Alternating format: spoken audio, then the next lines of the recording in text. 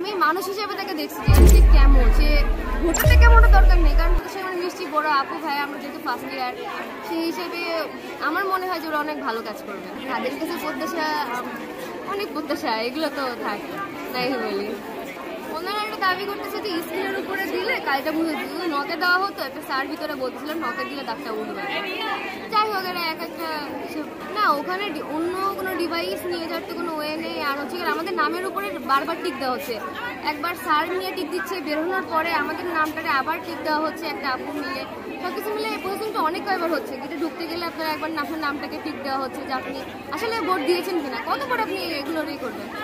আমি মনে করি এটা বারবার উঠানোর পরেও আপনি হচ্ছে গিয়ে চাইলেও আপনি ভোট দিতে পারবেন না, আপনার নাম হাজারবার টিক দেওয়া হয়ে গেছে, আপনি চাইলে পারবেন না। কারণ হলে সবাই সুন্দরভাবে দাঁড়িয়ে দেখেন যে কোনো মারামারি বা কোনো গ্যাঞ্জাম নাই, সুতরাং আমি মনে করি যে সবাই সেফ আছে।